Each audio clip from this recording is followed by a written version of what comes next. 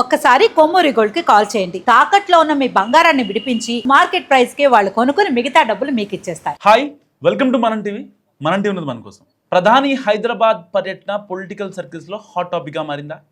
ఒకేసారి CM Chandrababu, deputy CM Pawan నివాసాలకు ప్రధాని వెళ్లి రాజకీయ వేడి పెంచేశారా?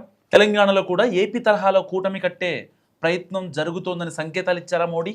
తెలంగాణలో బీజేపీ, టీడీపీ, జనసేన జోడీ అసలు ప్రాక్టికల్గా, టెక్నికల్గా, లాజికల్గా సాధ్యమేనా? సో ప్రధాని నరేంద్ర మోడీ హైదరాబాద్ పర్యటనలో CM Chandrababu, deputy CM Pawan Kalyan నివాసాలకు వెళ్ళారు. చాలాసేపు మాట్లాడారు. వీరి సమావేశం సాధారణంగా కనిపిస్తున్న రాజకీయ వర్గాల్లో మాత్రం హాట్ టాపిక్గా మారింది.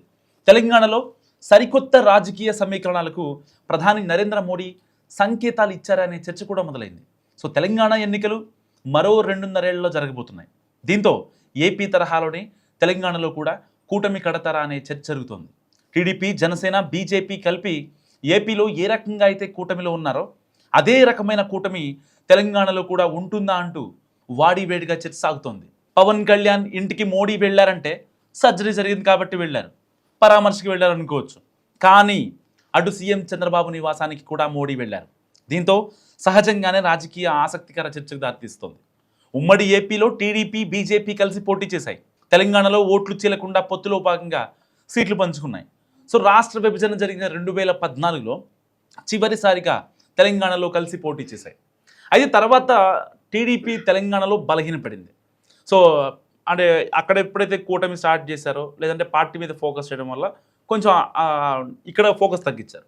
సో ఆంధ్ర పార్టీ అన్న ముద్ర కూడా తెలంగాణలో టీడీపీ పైన ఉంది.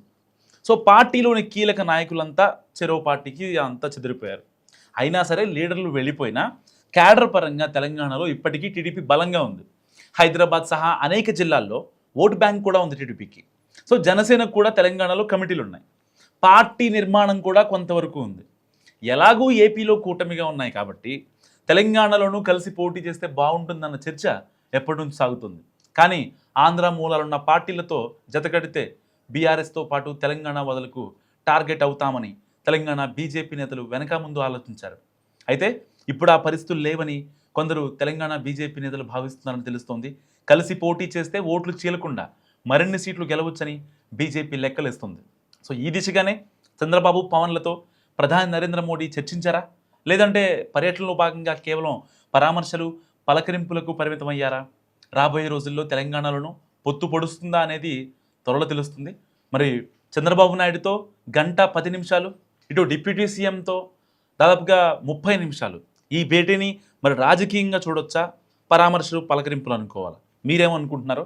అసలు ఒకవేళ సేమ్ ఏపీలో కూటమి ఇక్కడ తెలంగాణలో కూడా వర్కౌట్ అయ్యే ఛాన్స్ ఉందా? మస్ట్గా కామెంట్ చేయండి.